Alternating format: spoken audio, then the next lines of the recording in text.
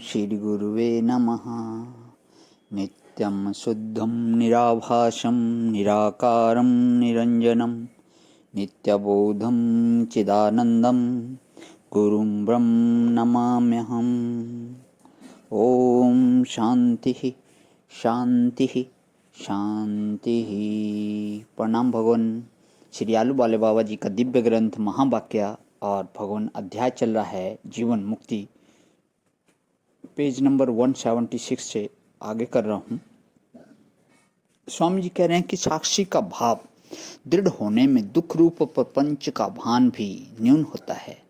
अज्ञान और विक्षेप रूप प्रतिबंध उसको नहीं होता, इसलिए साक्षी भाव विशेष आनंद युक्त होता है।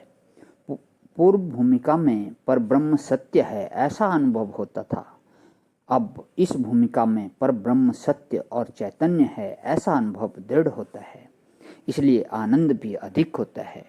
उसको स्थूल और सूक्ष्म दोनों प्रकार के भाव में आनंद होता है। उसका सूक्ष्म भाव भी सत्य और चैतन्य से सुदृढ़ होता है।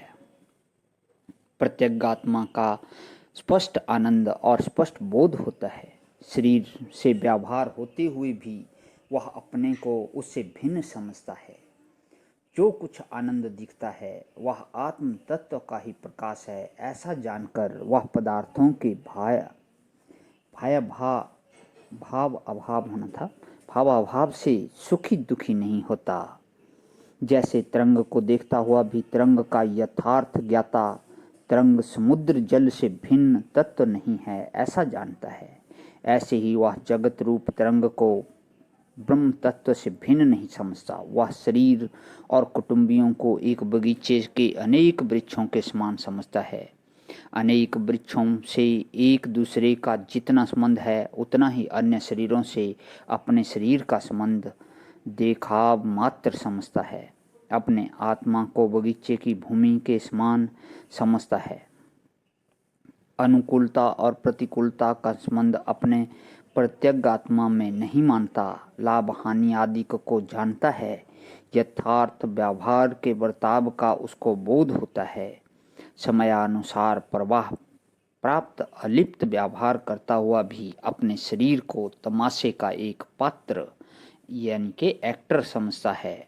इस व्यवहार से अधिक अपने शरीर को नहीं मानता। ऐसा होने के कारण उसका आत्मबोध कभी दबता नहीं, पूर्ण निश्चय में टिका रहता है। किसी हालत में वह अपने निश्चय से नहीं हटता। आत्म लक्ष्य याद कायम रखने की उसे आवश्यकता नहीं होती, स्वयं ही लक्ष्य रहता है। अब वह लक्ष्य स्वाभाविक दृढ़ हो जाता है। ऐसे ही जगत की अनियता की उसे याद रखनी नहीं पड़ती, स्वयं ही रहती है, क्योंकि इस प्रकार के टिकाव से जगत तुच्छ हो जाता है। जैसे सब मनुष्यों को कल्पित नाम जाति आदि दृढ़ हो जाने से उनकी याद रखनी नहीं पड़ती, ऐसे ही ज्ञान के दृढ़ अभ्यास से ब्रह्म सत्य और जगत मिथ्या भी याद किए बिना दृढ़ बना रहता है। उत्थान काल व्यवहार में साक्षी की तरफ वृत्ति न हो तो भी भूल नहीं जाता।